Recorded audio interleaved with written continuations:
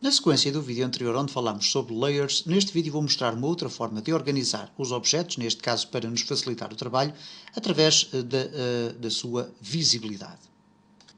Existem dois outros mecanismos que nos permitem trabalhar aqui de uma forma mais organizada na nossa cena, no caso concreto, tornando visível ou invisível os objetos. E neste caso, o tornar visível ou invisível vai ter implicação direta na forma como os objetos são renderizados. Ora, o que é que consiste este conceito do render? Isto é, o render significa genericamente o seguinte: imaginem que eu coloco aqui um cubo e uma esfera. E quero ver qual é o resultado final deste meu modelo, ok? Vamos colocá-los aqui até assim, desta forma, intersetado. Ora, se eu quiser verificar qual é o aspecto final da renderização deste objeto, significa isto que eu vou pedir ao meu sistema informático que, através desta aplicação, me apresente a imagem nesta perspectiva que eu aqui tenho, com tudo o que seja fontes de luz, fontes de sombra, etc. Ora, neste caso concreto, existem aqui estas três teclas, que nós iremos ter a ocasião de explorar em maior profundidade mais para a frente. Mas existe aqui uma que nos vai permitir, esta aqui primeira, que nos vai permitir fazer o render dentro deste quadro. Significa isto que eu, ao clicar nesta tecla, ele automaticamente vai-me apresentar de uma forma completamente limpa aquilo que será o resultado final da minha renderização. Isto é, a minha imagem final, o meu produto final. Okay? Ora, neste caso concreto, o que nós temos aqui então é o aspecto do cubo e da circunferência, ou melhor, da esfera, peço perdão, com uma determinada qualidade de renderização. Okay? Quando voltamos a fazer aqui um clique em qualquer parte, voltamos à área de edição, que nos permite rodar, etc., capturar aqui uma outra localização, clicarmos aqui no render, e ele vai renderizar esse view. Ora, porquê que eu estou a falar sobre este aspecto neste momento? Por uma razão muito simples. Nós temos aqui nestes dois elementos, para além desta modalidade de agregação em layers, temos aqui estes dois pequenos elementos que aqui aparecem. Temos estas duas bolas, aqui para cada um dos objetos, e depois temos este aqui visto ativo. Ora, para tornarmos visível ou invisível um determinado objeto, sem necessariamente ter que o incluir dentro de um layer, bastará para isso fazer aqui um clique. E automaticamente, neste caso, o cubo desapareceu. Vamos verificar o que é que acontece quando fazemos um render. O cubo também não aparece no render. Portanto, é genericamente uma forma de tornar o objeto invisível em qualquer circunstância. O mesmo poderá acontecer, obviamente, se clicarmos nos dois e, portanto, bastará fazer um clique por cima do sinal e ele vai alternando entre visível ou invisível. No entanto, temos aqui uma outra particularidade com estes pequenos pontos. Ora, se eles estiverem todos a verde, não existe qualquer espécie de alteração. Reparem, o meu render continua igual e a minha área de modelação, neste caso o espaço onde eu trabalho habitualmente, também continua igual. No entanto, se eu fizer, por exemplo, um clique na esfera de baixo e ela passar a vermelho, o que é que vai acontecer ao nosso cubo? Ele continua visível e acessível aqui na área de modelação, mas quando faço um render, o cubo desaparece. E, portanto, eu posso querer apenas verificar o aspecto final de um determinado elemento da minha cena e não querer ver renderizado um determinado cubo ou um determinado objeto. E isto pode ser extremamente importante quando nós começarmos a trabalhar com materiais e com objetos um pouco mais elaborados. Porquê?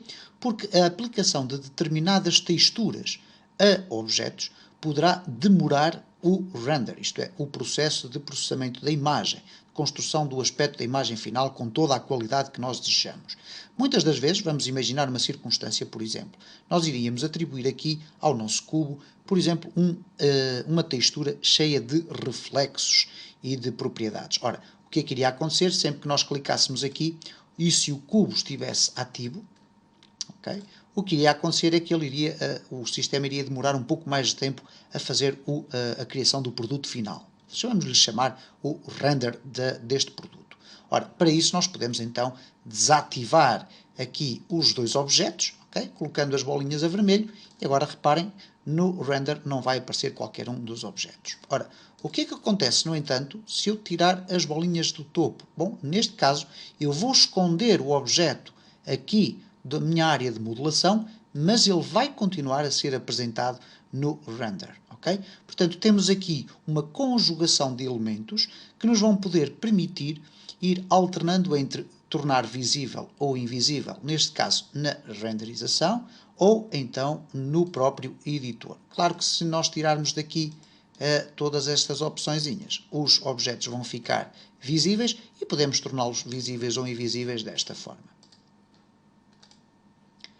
Quero, entretanto, aproveitar ainda o pouquinho de tempo que resta deste vídeo para dar aqui um outro esclarecimento relativamente ao render. Eu falei aqui nestas três teclas, elas têm três funcionalidades distintas, como seria óbvio de esperar. Neste caso concreto, esta aqui faz um render view, isto é, faz um render do currently active view.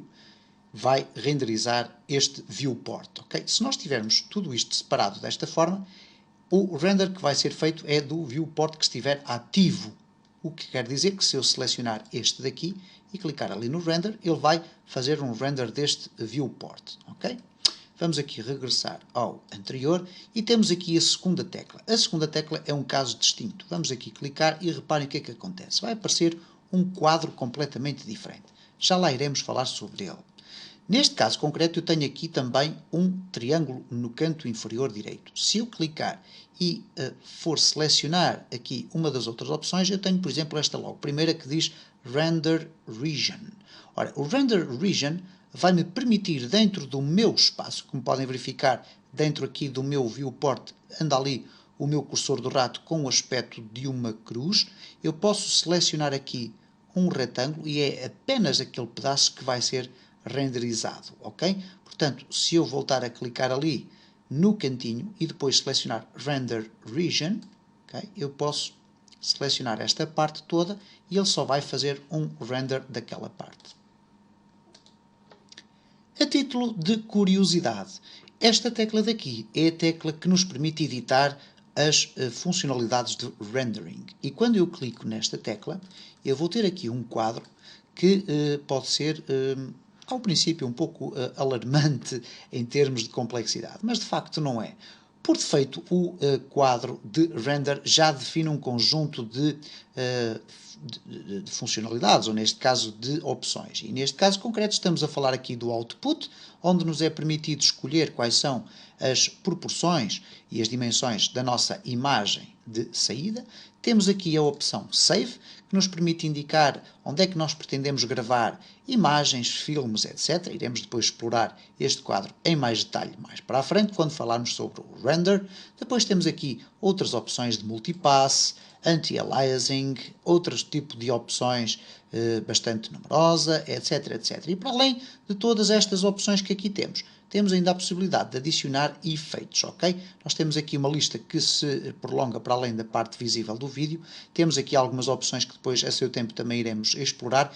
E todo este quadro diz respeito à definição das características da qualidade final do nosso render, ok? O que quer dizer que, se nós movimentarmos aqui algumas destas opções, e não vamos, obviamente, ver todas elas, não faz sentido, mas se movimentarmos ou alterarmos aqui algumas destas opções, o resultado final da nossa imagem vai ser de acordo com as alterações que aqui fizermos. Ora, neste caso concreto, esta tecla faz o render, esta tecla permite fazer o Render Region, selecionar apenas uma parte, ok? Neste caso vamos aqui selecionar apenas a região aqui dos dois objetos, e quando eu faço aqui um clique por defeito, o que é que ele vai fazer? Ele vai utilizar estas definições que foram configuradas aqui, nomeadamente, por exemplo, aqui no output, este preset de 800 por 600, reparem que eu posso selecionar, por exemplo, outras dimensões, por exemplo, uma dimensão mais pequenina, 320 por 240, e o que é que irá acontecer então?